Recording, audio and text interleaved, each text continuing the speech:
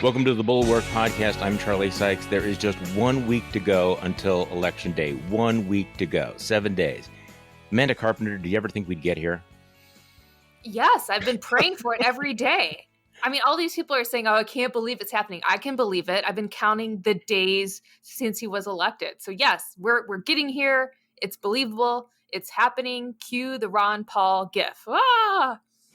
Well, yeah, okay. Now, it's interesting because I do that countdown journal as well, and I try to get people's moods. And there was some sort of palpable breakthrough of optimism last week. You could just see that people were kind of willing to kind of poke their heads up and think, is it too soon? Can I actually think that Biden's going to, that Trump is going to be defeated, that we're going to, that there's light at the end of the tunnel? Today, for some reason, you tell me whether you have a different take on this. It feels like the Democratic freak out is full blown. It's just today. Are you picking up the same thing? Like, why is everybody freaking out today? Yeah, it started yesterday. I started getting some messages from some of my Democratic friends saying, "Oh no, he's gonna win. It's over. He's gonna win." And it's like, I feel like this is like going to a theme park. Like, you get really excited to go. You count the days till vacation. You get in the park. You're jumping up and down. You can't wait to get there. And then when it gets time to climb on that roller coaster ride and you look at that big hill, you get scared. You don't know if you can do it, but strap in, buckle up. We're going on the ride. And I do sense a lot of anxiety. And at this point, there's nothing you can do. Call your friends, make sure they're voting. If they have an absentee ballot, march it to the local elections office. Don't put it in the mail at this point. Go for a walk, put in your AirPods, listen to the Bulwark Pod, and wait it out. So is there some reason, objective reason why they're freaking out, or is it just the psychology of it? Because I was looking at the polls yesterday, and there's nothing new. I mean, there's been we've been kind of in a desert of polling, waiting for the big ones to come out.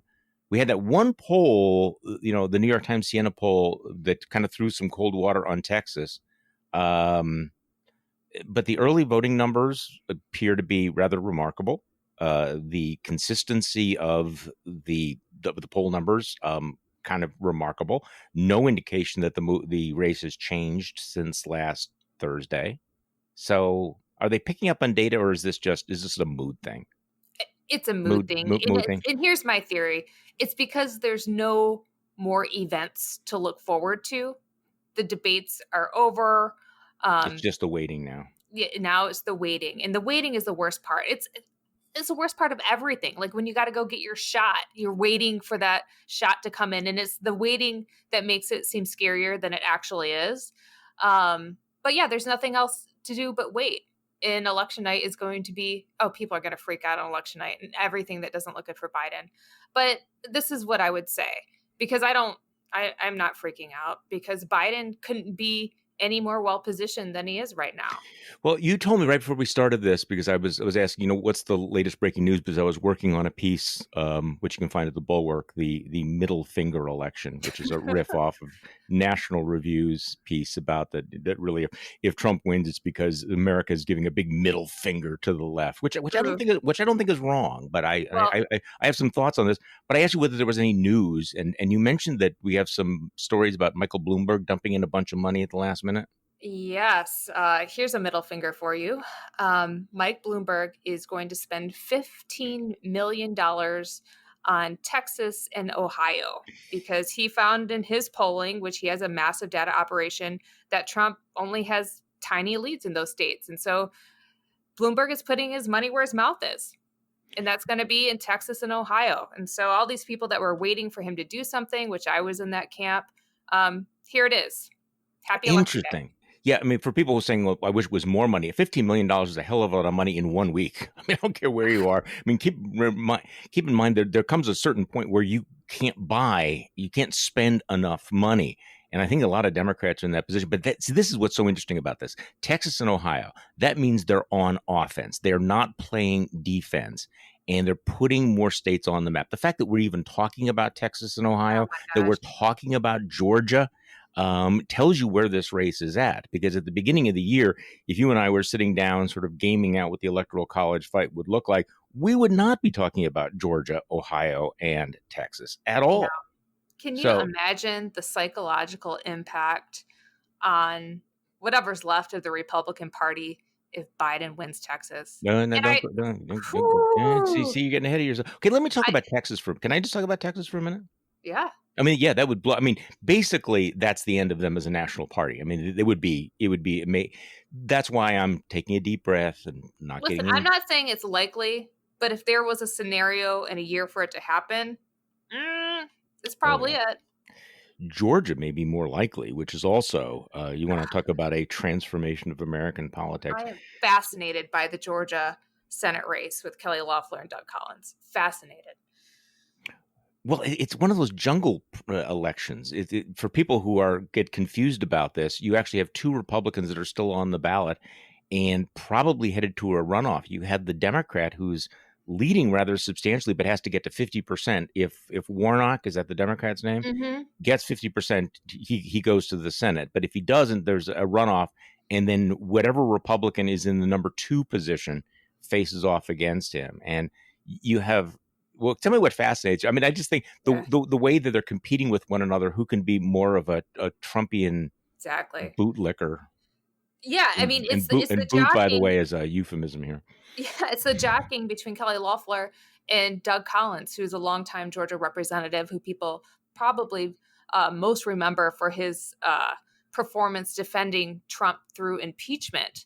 But the whole idea, Kelly Loeffler, she was appointed to the seat after Johnny Isakson retired. And the governor there thought, she's filthy rich, has made tons of money, thought she was the perfect woman to help him appeal to suburban Republican women, right? When he runs for re-election in the coming years. So this was the whole play. They thought it would be easy. Mitch McConnell and the establishment Republicans loved her because she was willing to self-fund and also donate a ton of money to her Republican friends. She made inroads in the Republican Party because she and her husband donated like $1 million to Mitt Romney super PACs. And so she has essentially paid her way into the game. And everyone thought this was just going to be a great idea because here's this successful businesswoman where we can do the girl boss thing and she will fund our elections too. Well, guess what? All her money wasn't enough to scare off a primary challenge from the right by Doug Collins. And so instead of expanding the tent and trying to court those Republican voters that Trump has driven off, she is in this slimy race to the bottom with Doug Collins. She is... I wrote a piece about her for the Bulwark called Lifestyles of the Rich and Classless, because she's going around becoming best buddies with the poster girl for QAnon who's going to Congress, Marjorie Taylor Greene, right? Like they campaign together. They have events where the Georgia militia escorts them around like their security force. And keep in mind, she doesn't need that. They don't need that. She's, like I said, incredibly rich and also a United States senator. So she actually needed protection. It wouldn't come in the form of the Georgia militia. Okay. She did those ads, which you, of course you remember, styling herself as Attila the Hun.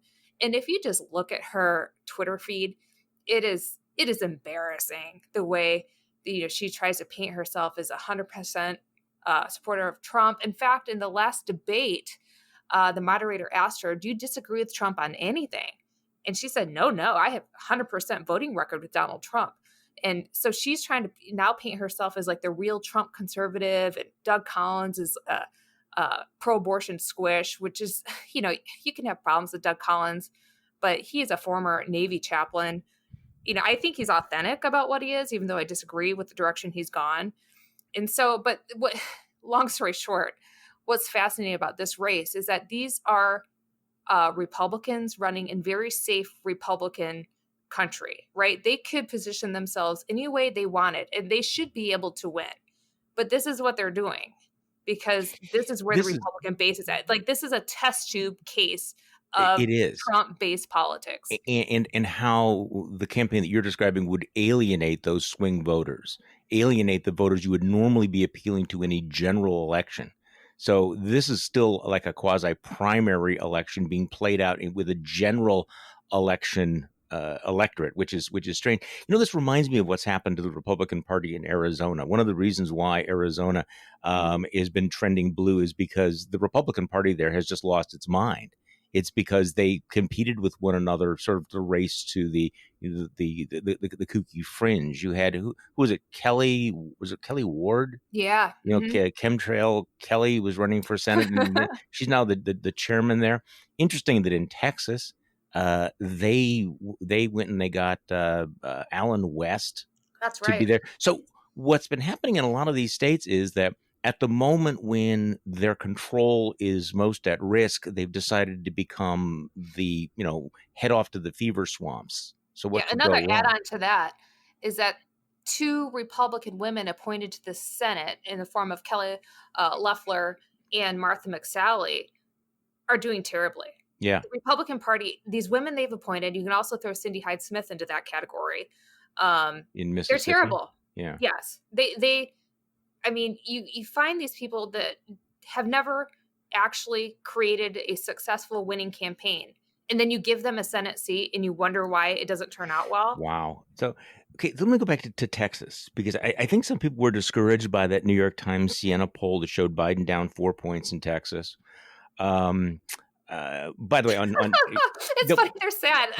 Exactly. He's only down 4 points. Yeah, take a deep breath. So I was actually on with Steve Kornacki yesterday, and I asked him the question about Texas, and he basically said there's 3 numbers to keep in mind: 16, 9, and 3. Okay, 16 points was the margin Mitt Romney won Texas by in 2012. So it was even Mitt Romney won by 16 points. Trump won by 9 points, but that's down from 16 points. And then Ted Cruz beats Beto O'Rourke by only 3 points. So you've gone from a 16-point Republican lead in Texas to a 9-point lead to a 3-point lead. So you can see the direction. But the most interesting thing about this New York Times Siena poll that got some people, we might not win Texas. Let me just read you this one finding from this. The findings suggest that Republicans face catastrophic risks down ballot, even if Trump wins. Biden leads him by 5 percentage points, 48% to 43%, across the 12 predominantly suburban congressional districts that the Cook Political Report has rated as competitive. These districts voted for Trump by 8 points in 2016. So let's just go back here. So these are districts Trump won by 8 points. He is now losing them by 5 points. Do the math. That is a 13-point swing. In these districts, Republicans face a combination of rapid demographic change and previously unthinkable Democratic gains among white college-educated voters. Mr. Trump leads Biden by just 2 points among white college graduates in these districts, even though they backed Trump by 24 points over Hillary Clinton in 2016. So you dig down into some of these polls, and what you're seeing is this rather dramatic erosion of some of Trump's support. So some of these congressional district level polls are really flashing red for political pros who are seeing what's going on here. Yeah, and it's especially bad news for Trump because those particular suburban areas, which are flashing red on a district level, they're more populated than the rural areas where he's hoping to have strong support. I mean, that means there's more people that will vote in the suburbs and cities than in rural areas. And when elections for president are counted statewide, not on a district level, but on a mass level, that spells big trouble. Yeah, so let's talk about, what should we talk about? Should we talk about Jared Kushner and Ivanka? Or my new favorite life coach. I'm sort of trying to work my way up to talk about the Supreme Court and all of that stuff, because that feels like heavy lifting. Well, that's going to be a hard transition, so let's have some fun for now. See, there's 2 approaches to life. There's the eat the frog approach to life, and then there's the ease into it. Okay, the eat the frog is if you have like really an unpleasant job you have to talk about, to do, just do it right away. Just get it off. So eat the frog. Yeah, I think I'm an eat the frog person. Okay, but I think today we're going to be the opposite of that. We're going to ease into it because we've got some heavy lifting to do on this Wisconsin Supreme Court decision and Supreme Court decision about Wisconsin and others. All right, well, let me get out my delicate knife and fork. So, Jared Kushner, life coach. Mm-hmm. Let's just talk about him. Go ahead. Just do this. Let's talk about Well, Jared Kushner. I want to talk about the billboards, but I think you want to talk about his life coach and the empathy that he has for the African American community. yeah, well, the empathy for them, yeah, how much he wants them to succeed. More than they do. Right? More than they do. Donald Trump, I guess he was doing the interview on Fox and Friends. He wouldn't go anywhere else besides Fox and Friends yesterday. And they were asking, how's Trump doing? Economic success? Why isn't this working? And Kushner's explanation was, well, Donald Trump can't want them to be successful more than they do. So this is the old trope, if you're not successful, especially if you're a minority, you're just lazy. You're just lazy. This is where he's going with it. They should be more like Jared Kushner and have daddy pay $3 million to whatever Ivy League school it was that he went to.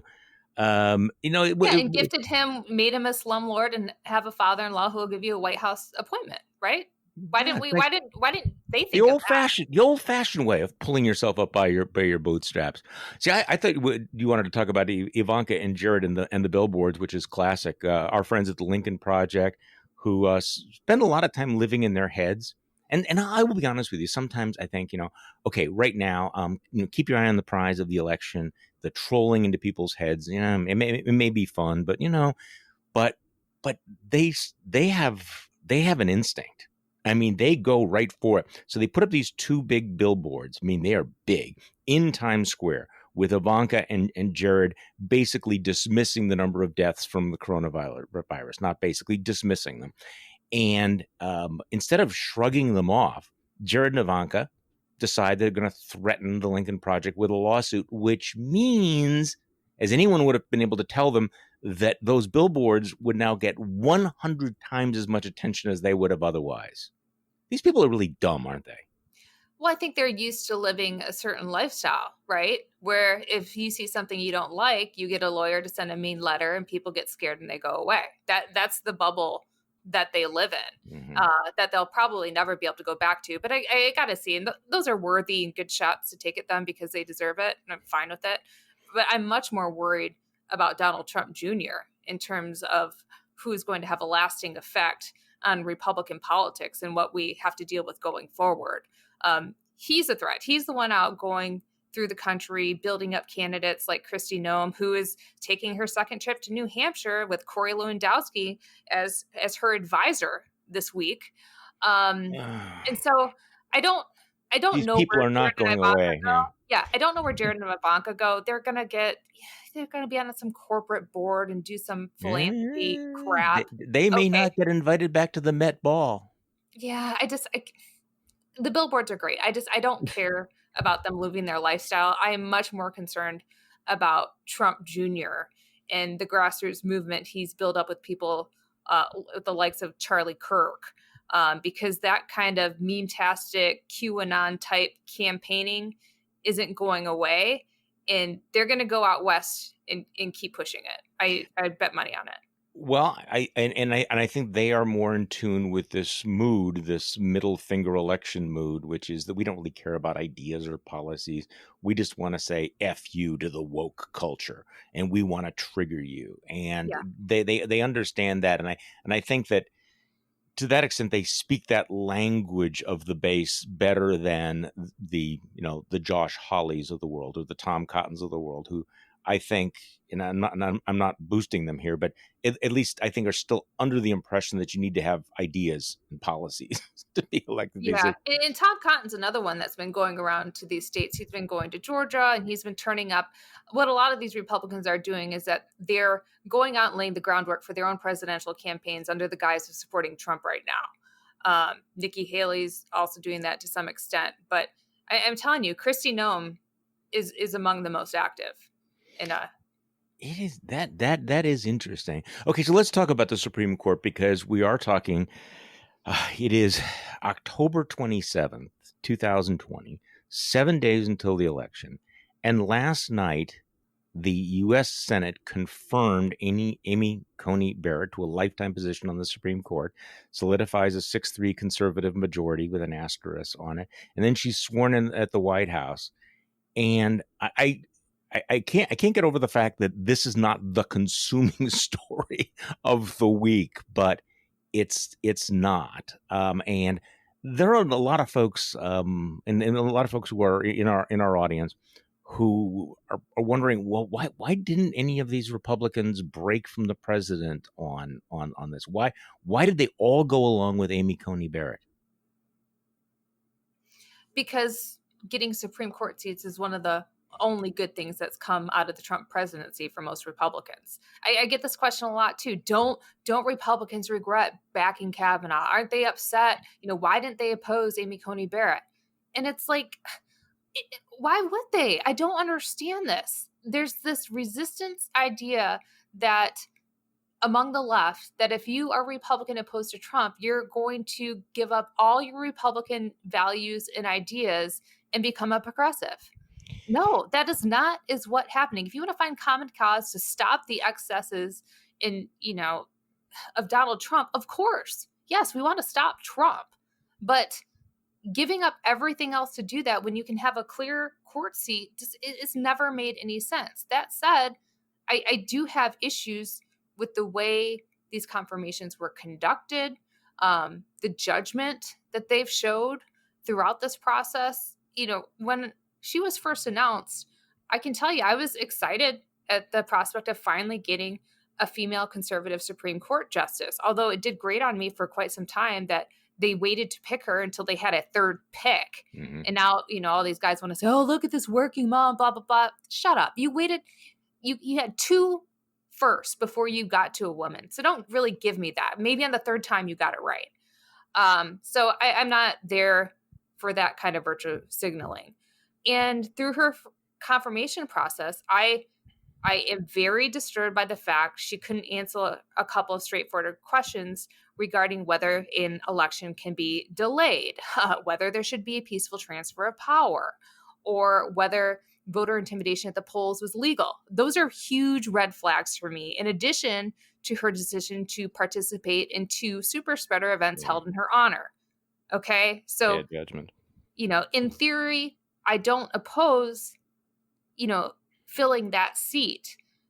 But as a conservative Republican, I have problems with the judgment she showed through that process. Yeah, I don't really have, this will disappoint some people, I don't have a lot of problems with her. I thought for the reasons you just mentioned, I thought she botched a couple of those questions. But the larger problem, though, is this raw exercise of political power last night. And yes, the Republicans are very proud of themselves because they had the votes, and so they figured they were going to ram it through, which means that she is the first Supreme Court justice to be confirmed without any bipartisan support since 1869. So that tells you how long it has been since we had Supreme Court justices that did not have the support of a single member of the opposition party. There's long-term institutional damage. And I understand that in a middle finger election, people don't care about that, but there's real damage to the institution, to the whole Senate confirmation process, but also to the legitimacy of the court, because we are now going into a period where that court may be asked to make rulings on the election. I'm talking very short term right now. And the court's legitimacy is a matter of public opinion and public respect. They don't have any armies. They don't have any marshals. They rely on the traditions and the respect that the rest of society and other institutions have for them. And if you erode that, bad things are going to happen. And I was watching this last night and thinking, okay, this is the Republicans are spiking the football, and of course Lindsey Graham, being Lindsey Graham, goes on Fox News and tries to raise money. By the way, do we have a sound clip of that? Because here's Lindsey Graham. This is the chairman of the Senate Judiciary Committee, moments after the confirmation of a Supreme Court justice, and this is how he spends his time. We're in a fight for our life. Help me, help all of us keep our seats so we can do this 4 more years. LindseyGraham.com. All right, Senator. Oh, Jesus. I mean, yeah, this whole thing was gross. I mean, the more I think about it now, because I kind of tuned out of it last night after I saw the first couple pictures. But this is the problem. Amy Coney Barrett and Brett Kavanaugh look like stooges because they bought into this process. That's Kavanaugh is a Republican bro, right? That was a selling point. And Amy's gone along with all this. And I want Republican conservative judges to dazzle people with their arguments and their intellect and their fidelity to the law. These aren't the people that are going to do it. Yeah, I'm sorry. I'm just going to call it now. In watching that process last night, where the White House got turned into yet another commercial and people standing up and clapping for the judge like it's some huge victory, fundraising off it, that's as gross. So her first act as a Supreme Court justice, because Supreme Court justices become justice instantly. There's no transition period. It's really kind of interesting. Her first act is basically to go to a political rally a week before the election. So if there's one thing you do not want a Supreme Court justice to do, it's actually be a political prop at a campaign event, which that was last night. So I think the larger thing is the way this is going to radicalize the entire process. I am against court packing, but it seems to me that you've moved the window of acceptable behavior, and that when you make your opponents desperate, when you basically say the rules are, it's all about the raw exercise of power, and if we have the votes, we're going to do whatever we damn well please. Well, you know what? That rule works for the other side as well, and I'm concerned about this. Okay, so this then comes in the context of a Supreme Court decision, and I'm going to admit that I have not read through every bit of it. Supreme Court decision involving my state of Wisconsin, where they had wanted to allow votes that had been cast, that had been mailed by election day. You put them in the mailbox, but hadn't been received. They were proposing allowing them to be counted up to 3 days after the election, as long as they were postmarked before the election. The Supreme Court ruled 5-3 yesterday that no, they're not going to change that rule. So therefore, any of those ballots will be thrown out. Once again, the Republican litigation will result in people's votes not being counted, the literal disenfranchisement of anyone. What a lot of people are focusing on is Brett Kavanaugh's comment that basically sounded like it was a Trump tweet, that elections are called on election night, and there's a danger that votes that come in after election day are going to flip the election, and all of the concerns about fraud and everything, which of course is possible. But to see a Supreme Court justice actually articulating that sort of thing is bothering a lot of people. And it certainly gave the impression that this is a court that is prepared to be very aggressive in intervening in what is very likely to be a blizzard of legal challenges to the results. Well, let me say something that'll make everybody upset. Okay. The Supreme Court ruling, in my view, was correct, although Kavanaugh's opinion was stupid. Let me explain. States do set election laws. Right. The Wisconsin state did not agree. The Wisconsin state legislature never passed a law agreeing to count ballots after the election. Correct. That was a measure taken by other officials in light of the pandemic. That was a gamble on their part. Okay. That was a gamble. It got challenged, and the Supreme Court ruled the way it did because state legislatures set election law.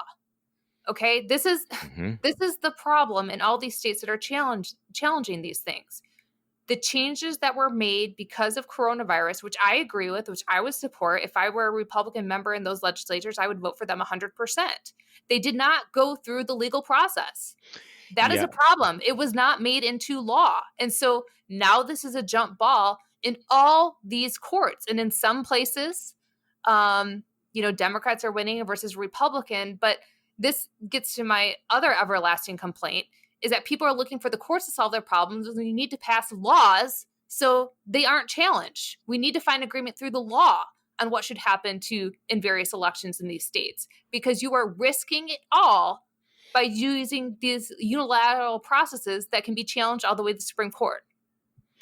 No, and I think if the through line is that you don't change the rules that have been set by the state legislature, then I think people should be able to live with that. So you're going to get one result in Pennsylvania and a different result in Wisconsin, not based on the partisan breakdown, but based on what actually was the state of the law passed by the state's legislature. Am I reading that correctly? No, that's correct. And that's Yeah. hard to live with because a lot of Republican state legislators resisted the idea of doing anything to loosen voting restrictions in light of the pandemic.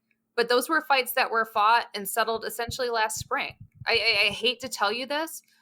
The only answer at this point is to get the ballots in before Election Day. And that's why I say if you have an absentee ballot, do not put it in the mail at this point. Do not.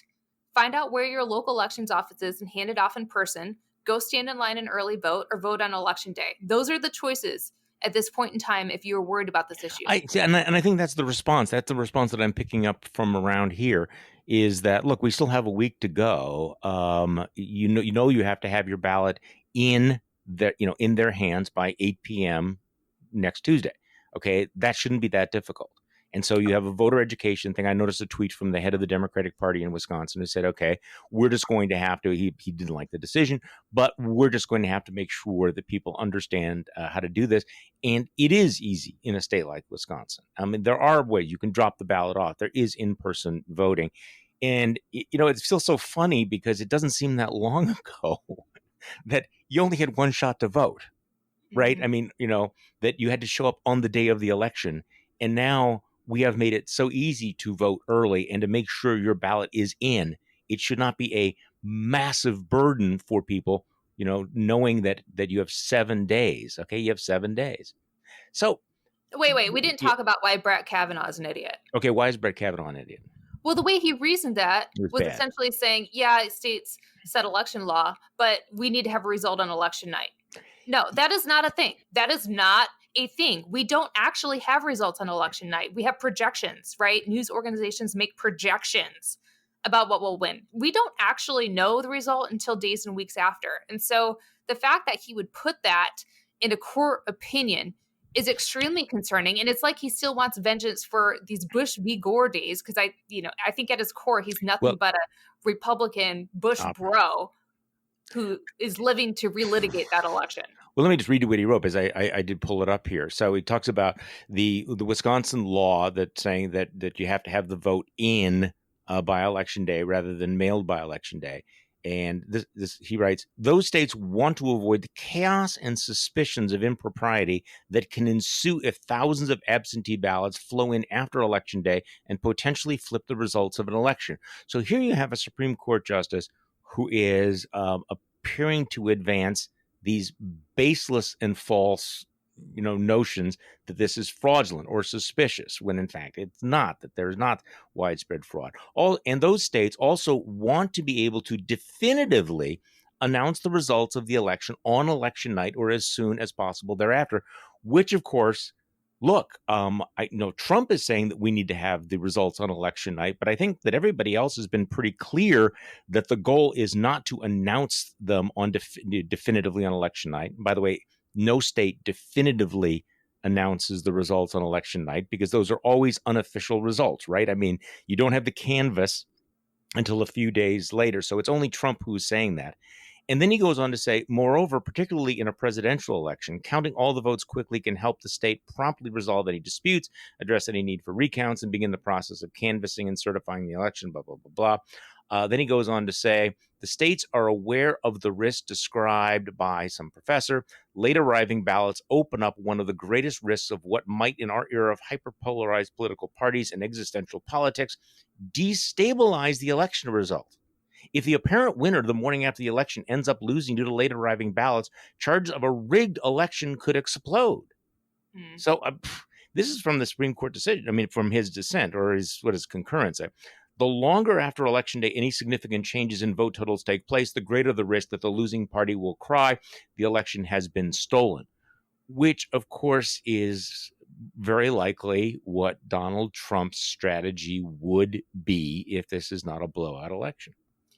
But also, if you follow Kavanaugh's reasoning, he makes it much easier for someone to actually disrupt and steal an election, because all you would have to do is find a way somehow to hold up votes that were mailed in. He's saying even if it's postmarked by Election Day, they're not counted unless you get it in under the buzzer.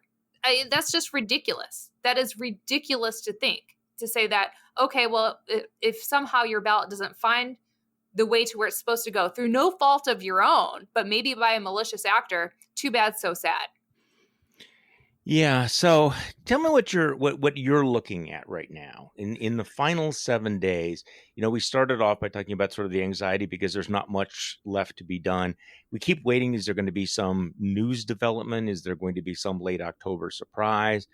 Trump has tried everything. I mean, I really get the sense of a guy who's pressing every single button that he can imagine.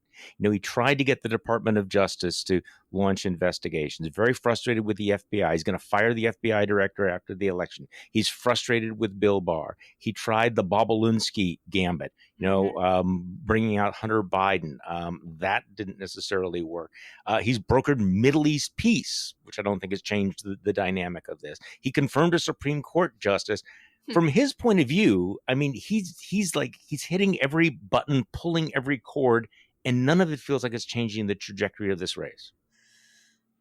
Well, number one, I do think it's remarkable how quickly they've abandoned the Hunter Biden smear, even after they got everyone in conservative media to go along with this disgusting nonsense. And I mean, I think we can talk about this on the podcast because other people in regular news don't want to talk about it. The through line of that was connecting Hunter Biden to another Pizzagate type thing, right? Something on the laptop, something like that's where that road ended. That's where they wanted it to go. And if you look at these scumbags like Molly Hemingway, she's still pushing it. They all know full well that's where this goes. So I wish there would be a reckoning for the people who went down that, and they went down a road that Donald Trump himself abandoned because it was too scuzzy and backfired. Because after that debate, he tried to fire that gun and it just wouldn't go. He couldn't land a punch on Biden. And so I just dance all over their grave on that one, because that thing is dead, gone, a terrible misfire, and we should make a bigger deal out of that.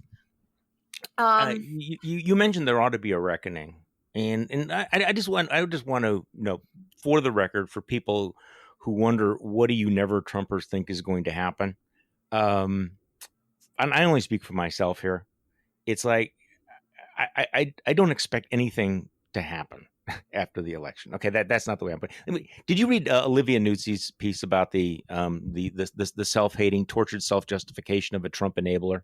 Did you read that? It was hard to read. I mean, she's a beautiful writer. It's a smart piece, but it was hard to read. It is great. So they quote at one point this guy who's rationalizing going full Vichy on all of this, and he talks about, look, what was I supposed to do? For officials whose identities are defined by the principles they serve, that's PAL, the bosses, like this Republican, the choice can look like abiding almost anything to maintain proximity to power.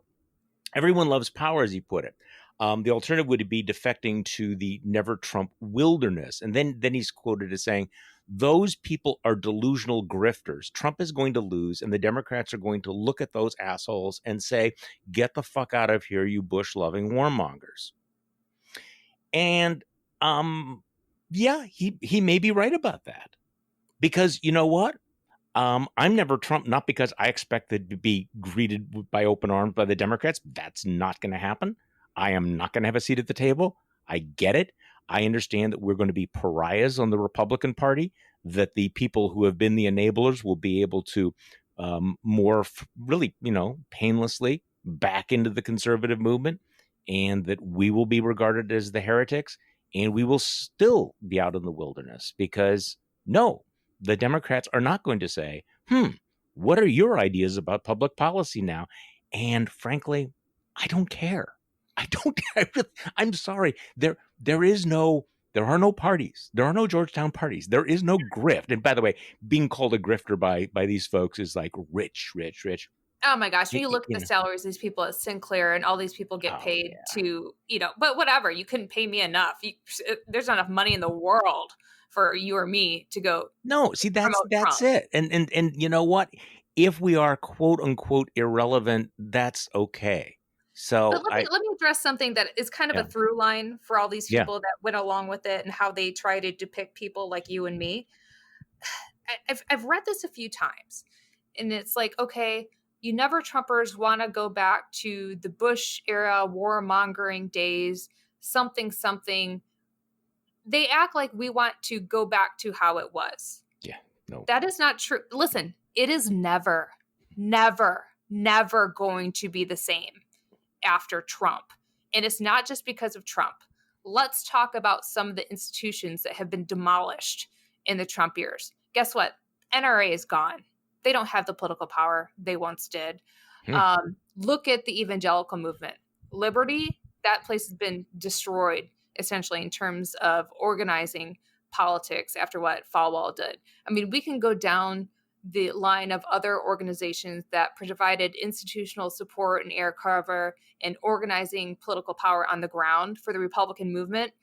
It's largely been decimated. Those days of the Bush era, they are gone. We're never going back. And whatever comes next will be completely remade. Charlie, I think you and I are willing, we say burn it to the ground because we're ready to start over. Yeah. Look at issues, we're talking about voting rights, things that we never had really been concerned about before. New coalitions are coming. I'm not saying, we are the new era by any means, because people that seek to hold structures accountable are never in charge of those structures. It just doesn't work that way. I don't have any interest in doing that kind of role. But it's never going to be the same. Trumpism will be with us for a long time. There will be forces that try to organize and try to resurrect his image, whether it's in 1 year or in 5 years, and continue campaigning like that. But we'll see how successful they can be, because I look at the early voting numbers.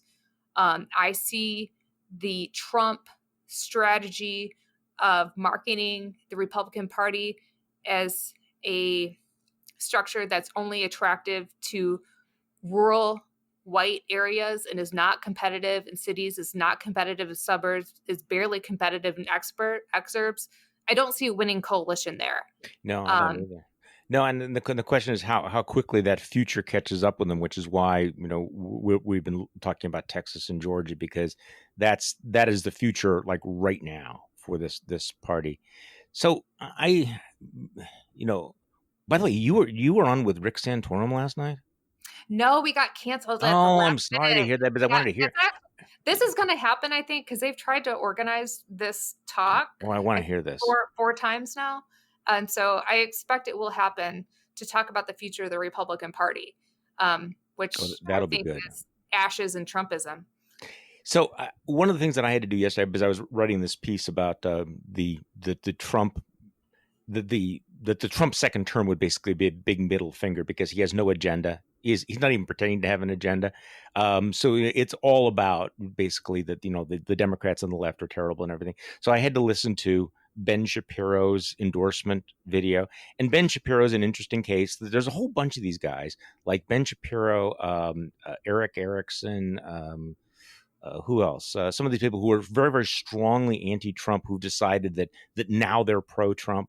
And there's a story that Shapiro tells himself. I mean, everybody has to have a thing you tell yourself, the voice in your head. And what he tells himself is that, yes, Donald Trump is a man of very low character. He says stupid things. He's very mendacious. But all the damage that he's going to do from the lack of character has already been done. So it's the new status quo. The damage that Trump has done to the country on a character and rhetorical level has already been done and cannot be undone. So again, whatever damage he was going to do has already been done. So there's just no reason not to vote for him again. As I wrote today, that's a Vesuvius of wrongness. It is so completely wrong because, of course, Donald Trump can always get worse. He can always do more damage. There is no bottom. And there's a big difference between 8 years and 4 years. You think about the damage that he has done to the country, to the culture, to the conservative movement in 4 years. You double that and say, yeah, that's not that much worse. It's like going out on a binge. It's like one thing, to drink tequilas for 1 hour as opposed to, drink it, every hour for a week. And really, when you think about it, we're 4 years in and Trump's tweeting conspiracy theories about SEAL Team 6, and Republicans are like, yeah, so what? That's okay. So what's the next 4 years going to be like? I mean, for 2 years, you can go along with it, and it's kind of like a bargain. 4 years, it becomes a habit. 8 years, it becomes the culture. I mean, and it becomes indelible. The stain is just, I don't think you can wipe it out now, but his whole notion that, yeah, he's a terrible, terrible man, but he's done all the damage he's going to do. Are you kidding me? Do you know anything about history? I mean, what a second term would be like? Yeah. Bad character leads to bad decision making. Yeah. That's the beginning. You cannot separate the tweets from the policy. How long have we been playing this game? I know. And this is sort of what led me to write a piece for the Bulwark yesterday about what Donald Trump's legacy actually will be. To hear people, that was a great piece. They're going to go out and say it's tax cuts and judges. Right. No, it's not. No, it's not. That is not what we as an American public will be grappling with in the days after Trump.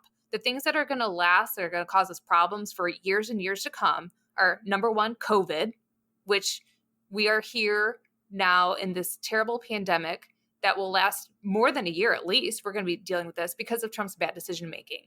But then also this QAnon style conspiracy thinking that dominates Republican politics and conservative media.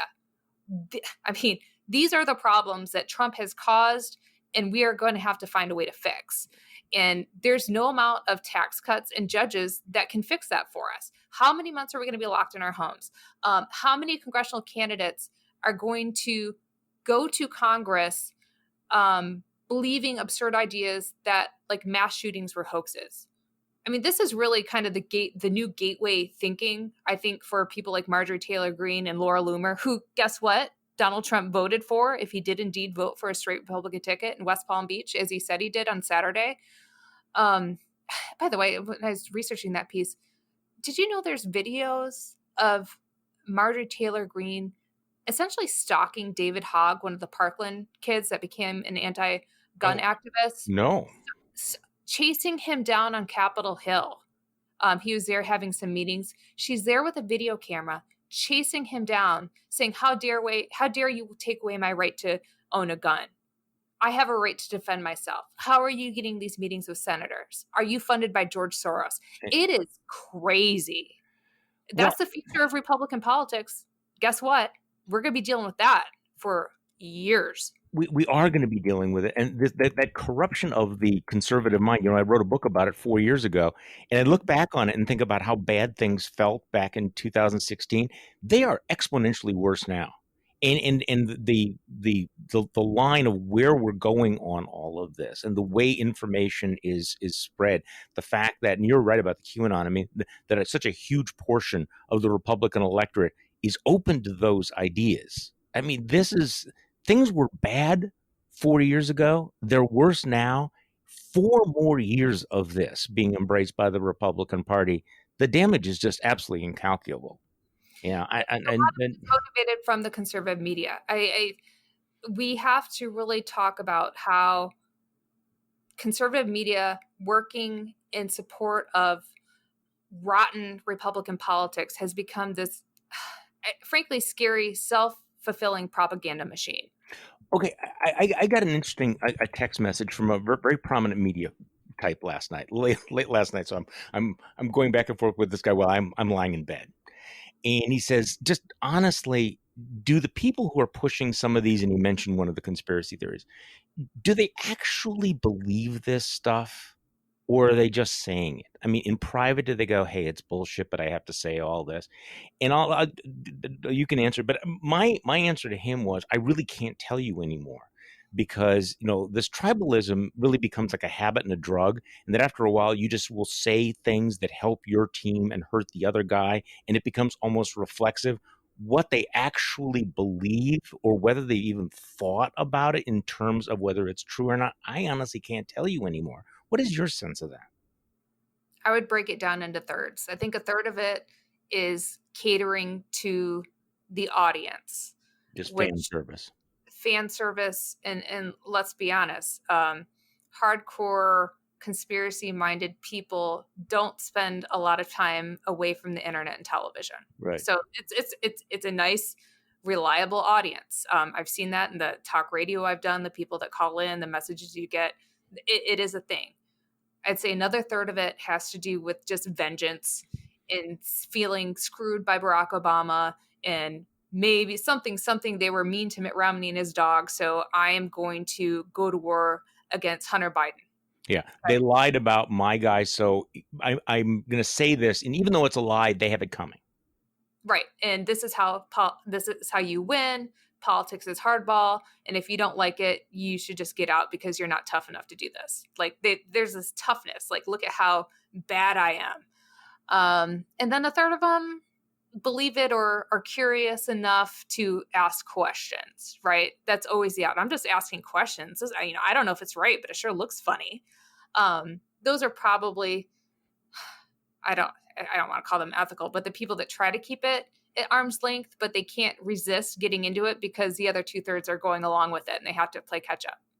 So the people who are the most disingenuous, who kind of want it both ways, yes, yeah, are on this ethical scale the most ethical. I mean, that is really the wrong word for it because I know what you meant, though. Minded cowards. Yeah, they're the least totally with awful. Every fiber of my being. Yeah, they're the least totally awful people out there. Well, because you're right, and this is going to be with us for a very, very long time, and it's and the degree to which Trump himself has given encouragement, oxygen, poured kerosene, whatever cliche you want, on all of this cannot be overstated. Because, there was a time when you would have responsible leaders who would say, hey, guys, let's not go there. Let's not do that. But here's something that is legitimate. That's just completely broken down.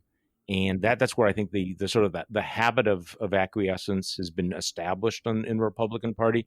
But give it another 4 years, and you're going to have an entire generation of Republicans that won't remember when that wasn't the way things were done.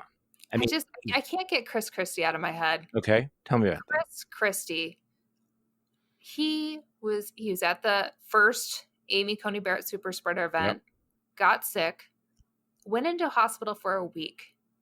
I mean, this guy was staring down the barrel of a ventilator, wondering if this thing is going to get shoved down my throat. Yeah. He was in ICU. That's bad. I don't want anywhere near that. Not in 100 years. And then he comes out, writes an op-ed, goes on television, says, wow, I was wrong. We should really wear a mask. But still can't turn against the guy who politicized wearing them in the first place. I mean, this is a loyalty death cult. There's no other word for it. A loyalty death cult. Yep.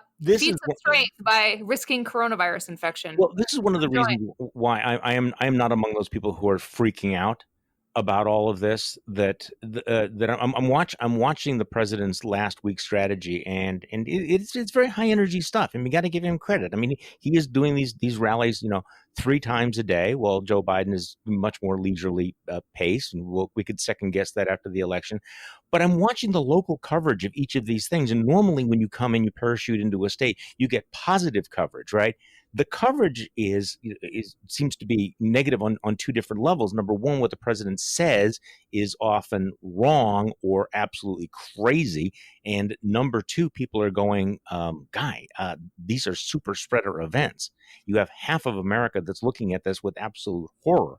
So you have no closing argument, and you have events that remind you on a daily, multiple times a day, of the president's most egregious failure. And I know that Republicans are trying to talk themselves into thinking that they've changed the game. And it's I'm sure you read some of the same thing. The debate was the game changer, or Joe Biden's gaffe about the oil companies. Well, that was the game changer. Okay, well, the Middle East peace is the game changer. Okay, maybe the Amy Coney Barrett thing is none of it's a game changer in a country in which you are trending toward 300, 400,000 dead Americans because of the magical thinking of this president. Yeah, on a small scale, I've kind of seen the effect that these rallies have in areas. And this has happened to me twice now, where I've gone into the grocery store. I live in a Republican area. I live in a rural place where somebody rolls into the parking lot. It's always, from what I've seen, an older white man in a truck with the Trump flags, once with the Confederate flag positioned with it, rolls into the parking lot, goes right to the front, and everyone else in the parking lot looks and backs away. Really, it's kind of like, ugh. Like there's an immediate, just from regular people saying, oh, I need to step away from that. one of the times this happened, I saw the guy roll into the parking lot. Then he came into the store where I was at checkout, no mask, Trump hat, hacking, coughing. And then again, everybody stepped away. So I see these overt displays of Trumpism, and then you watch the people around, and it has a repulsive effect. No, I think that's exactly right. It is a repulsive effect. Okay, so Amanda Carpenter, 1 week to go. You're going to be on our live stream, or are you going to be on your live stream? You're a big time TV star, so I know you have other obligations. Well, yeah, we'll see. We'll see. If they want me to be there, I will be there. Well, we would. I would think that we would want to be there. I actually think that, I was thinking about the live stream that we're going to be doing, that there are going to be really probably no election night parties, and often, after so you want to be around people and everything. So maybe people want to hang with us because, you can hang with us. We're going to do this virtually, and it's going to be real time. And that's going to be Bulwark Plus for people signed up for Bulwark Plus. Ride or die. That's right. Ride or die. Bulwark Plus. Amanda Carpenter, thanks so much for joining me today. I appreciate it. Thanks. And thank you for listening to today's Bulwark Podcast. I'm Charlie Sykes. We will be back tomorrow, and we will do this all over again. There are just 7 days to go until Election Day.